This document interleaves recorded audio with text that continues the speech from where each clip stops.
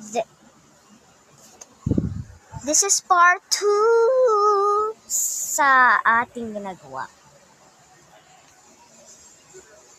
So, noon, sa baba si Mama, naghihintay kay Papa, which is ginagawa naman niya, which is aka palagi. And then, when nangyari yon is nagtataka talaga ako kung sino kasi sobrang nakakatakot yun, hindi ko yun naranasan never. So, this time naman, nasa CR ako. Alam niyo naman, P. Alam niyo yung P. So, naggaganon ako. At, may nagawang sa bintana namin. Na naman. At, sobrang takot na ako. Ayoko na nun. Kaya lumabas na ako. Pero buti, tapos na ako mag-pee. Ayoko sabihin, nakakahiya.